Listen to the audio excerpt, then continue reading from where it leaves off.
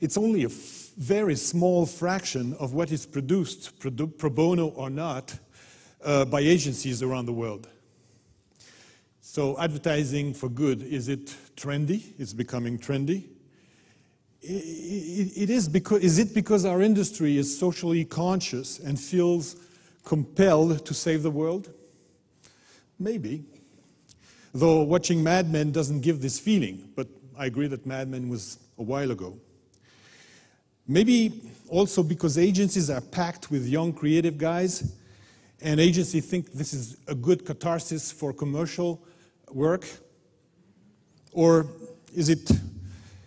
could it be because the main motivation is to enrich creative portfolios with great work and gain visibility for the agency?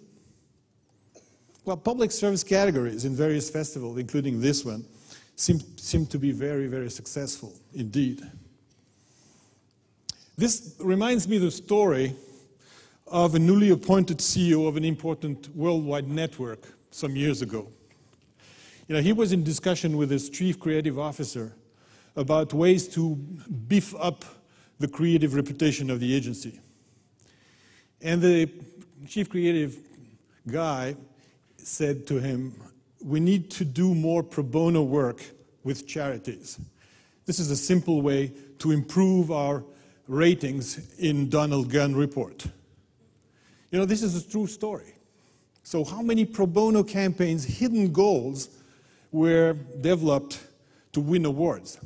That's a good question. Maybe one of our panelists will have to answer. But true or not, this raised the problem of agency-client relationship in the context of non-paid advertising, and moreover, the question of effectiveness of these campaigns. We at Act Responsible have created a club of NGOs, communications directors, called NGAD, just to discuss this issue, because this issue is important to them. Often, NGOs do not have the expertise to brief properly the agency and do not have the budget to measure the results of the campaign, when these results can be measured. This is another question. If you have a large platform, or at least an idea which has been developed locally and can take shape on a global scale, it is certainly something that you should do. And we support that, absolutely.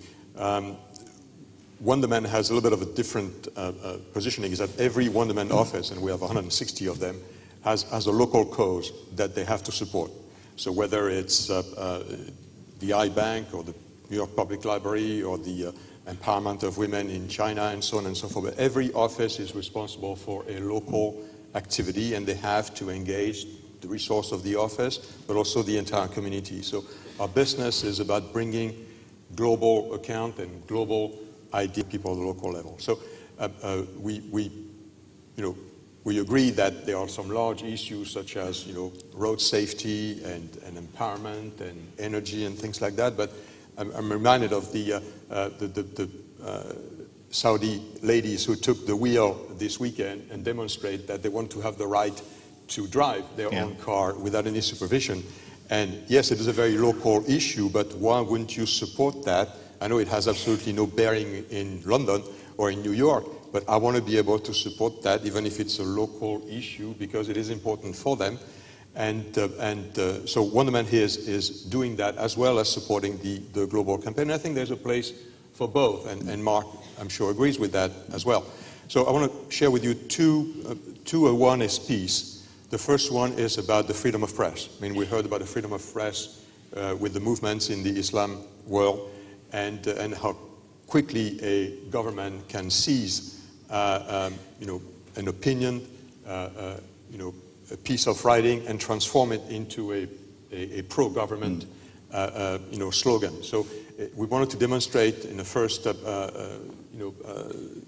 interactive piece that I want to show you is to place people in front of what could happen to your message when somebody takes over in the digital world and transform your message into a pro-government slogan. So we wanted to make sure that people could experience the freedom of the press, but as it happened to them in real time. So if we can run this piece, I mean, you will see how dangerous the power of government could be in the digital world as well as in the real world.